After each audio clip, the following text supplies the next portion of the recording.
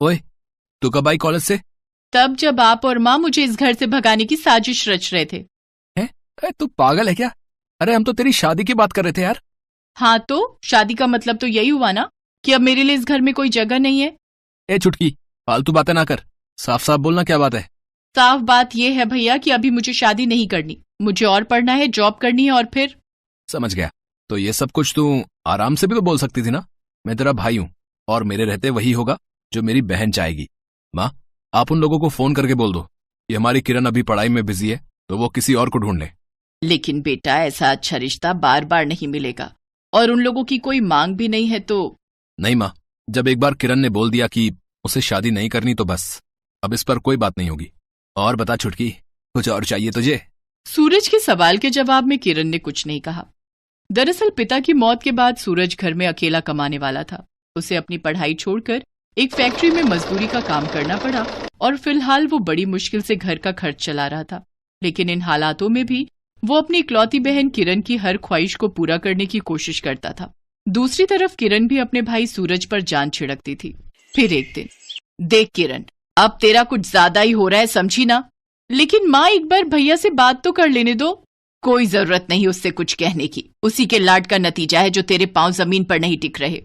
किसी बात को लेकर किरण और उसकी माँ सविता में बहस चल रही थी। तभी सूरज वहां आ गया और फिर। माँ, ये मुझसे नहीं कहेगी तो किससे कहेगी अपनी बात? तू बता छुटकी, डर मत, तू बोल। भैया, मुझे स्कॉलरशिप मिली है, आगे की पढ़ाई शहर के सबसे बढ़िया कॉलेज से करने का मौका है, लेकिन माँ मुझे मना कर रही है। मना नहीं करूं तो क्या करूं? हाँ, अरे लड़की जात है, शहर में अकेली कैसे रहेगी? अरे पर शहर में रहना किसे है, मैं हर रोज यहीं से जाऊंगी ना शहर। हाँ, और हर रोज तेरे आने जाने का खर्च भी क्या इससे मिलेगा? ये क्या कहते हैं इसे, सलाकर क्या? स्कॉलरशिप माँ, भैया आप ही समझाओ ना माँ को, मैं मैनेज कर सकती हूँ। नहीं छुटकी, रोज बस से शहर आने जाने में तेरा बहुत समय बर्बाद होगा और ये सुरक्षित भी नहीं है तेरे लिए। तो इसका मतलब आप भी चाहते हो कि मैं ये स्कॉलरशिप छोड़ दूं? अरे मैंने ये कब कहा? तू रुक, थोड़ा सा वक्त दे मुझे, मैं कुछ करता हूँ। इतना कहकर सूरज घर से बाहर चला गया और उसके जाते ही सविता फिर से किरण को कोसने लगी और किरण रोते हुए अपने कमरे में चली गई। लेकिन फिर उसी शाम। अरे ओ छुटकी, अरे कहाँ है? जल्दी से बाहर आ, देख मैं क्या लेकर आया हूँ तेरे लिए। सूरज के बुलाने पर किरण फौरन घर से बाहर आई।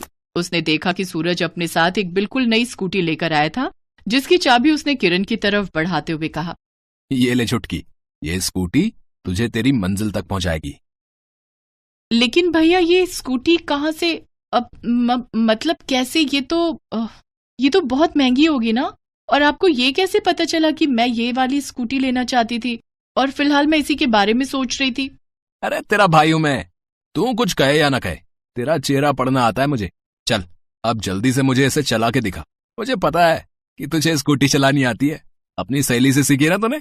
हाँ भैया, आ जाओ, आप मेरे पीछे बैठो, मैं आपको मस्त घुमा कर लाती हूँ। सूरज ने फिलहाल बात टाल दी थी, लेकिन उसकी माँ सविता जानती थी कि स्कूटी खरीदना वाकई कितना मुश्किल रहा होगा सूरज के लिए। दूसरी तरफ किरण अब बहुत खुश थी। जल्द ही उसका ड्राइविंग लाइसेंस बन गया और शहर के कॉलेज में उसका एडमिशन भी हो गया और अपनी स्कूटी से वो हर रोज बिना किसी परेशानी के कॉलेज जाने लगी। दूसरी तरफ सूरज भी जी तोड़ मेहनत कर रहा था। अब वो बहुत कम वक्त के लिए ही घर आ पाता था और इसी वजह से उसकी मुलाकात किरण से भी बहुत कम ही हो पाती थी। फिर एक दिन, माँ, आज तो भैया की छुट्टी होती थी ना? अब पता नहीं, बोल रहा था कि फिलहाल फैक्ट्री में काम ज्यादा है तो छुट्टी नहीं मिल पा रही। अरे ऐसे कैसे? आज मैं घर पर हूँ तो वो काम पर कैसे जा सकते हैं? मैं अभी उन्हें घर लेकर आती हूँ।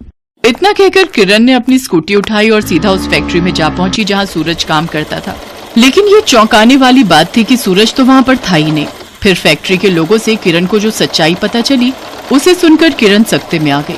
किरण ने फिर से स्कूटी उठाई और फैक्ट्री से कुछ दूर एक जगह पर जा पहुंची जहां एक बहुत बड़ी बिल्डिंग बन रही थी और सूरज वहां भी मजदूरी कर रहा था। असल में किरण की स्कूटी की किश्तें चुकाने के लिए सूरज को फैक्ट्री के अलावा भी मजदूरी करनी पड़ रही थी और ये बात उसने अपने घर में किसी को नहीं बताई थी। लेकिन अब किरण सब कुछ जानती थी। उसकी हिम्मत ही नहीं हुई कि वो सूरज के सामने जाकर उससे कुछ कह सके। वो चुपचाप स्कूटी लेकर घर वापस आ गई। फिर कुछ महीनों के बाद भाई दूज के दिन। माफ कर दे छुटकी, इस बार तेरे लिए तोहफा नहीं ला पाया, पर वादा करता हूँ अगले भाई दूज पर तू जो कहेगी वो ला कर दूंगा तुझे। नहीं भैया, आप पहले ही बहुत कुछ दे चुके हो और जितना करना चाहिए उससे ज्यादा ही कर चुके हो मेरे लिए। और तोहफा देने की बारी अब मेरी है। इतना कहकर किरण ने एक लिफाफा सूरज के हाथों में पकड़ा दिया। सूरज ने उसे खोलकर देखा तो उसके अंदर पूरे 1 लाख का चेक था, जिसे देखकर सूरज हैरान रह गया। छुटकी, अब ये कहां से? इतने सारे पैसे ये किसने दिए तुझे? सरकार ने भैया, ये चेक मेरा इनाम है। मैंने एक और स्कॉलरशिप जीती है, लेकिन इस बार मैंने स्कॉलरशिप के पैसे लिए हैं ताकि आप अभी के अभी मेरी स्कूटी का लोन चुका दो और फिर आपको मेरी वजह से दिन रात काम न करना पड़े। अब सूरज के पास कुछ नहीं था कहने को। दोनों भाई बहन एक दूसरे के गले लगकर काफी देर तक रोए। आंखों में आंसू तो सविता के भी थे, लेकिन उसे इस बात की तसल्ली थी कि हालात चाहे कितने भी मुश्किल क्यों ना हो, उसके दोनों बच्चे एक दूसरे के साथ हर हाल में खड़े हैं।